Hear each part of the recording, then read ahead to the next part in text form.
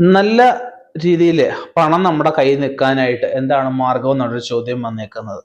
പണം നമ്മുടെ കയ്യിൽ അല്ലെ പേഴ്സ് നിൽക്കാനായിട്ട് പേഴ്സിൽ എപ്പോഴും ഒരു മഹാലക്ഷ്മി യന്ത്രമോ മഹാലക്ഷ്മി ചക്രമോ അല്ലെ ശ്രീചക്രമോ എന്തെങ്കിലും ഒരു പേഴ്സിനകത്ത് വെക്കണം. അതുപോലെ നമ്മൾ രാവിലെ ഇറങ്ങുമ്പം നമ്മുടെ വീട്ടില് നമ്മുടെ നക്ഷത്രമായിട്ട് അനുകൂലമായിട്ടുള്ള ആരുടെയെങ്കിലും കയ്യിൽ നിന്നോ ഒരു കൈനീട്ടം വാങ്ങിച്ചുകൊണ്ട് വേണം നമ്മൾ ഇറങ്ങാനായിട്ട്.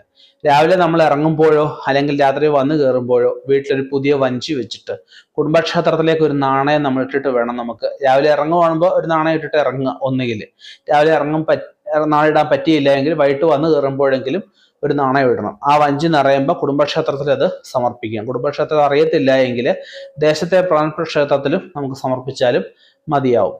അങ്ങനെ ചെയ്തു കഴിഞ്ഞാൽ പണം നമ്മുടെ കയ്യിൽ നിൽക്കുന്ന അവസ്ഥയുണ്ടാവും.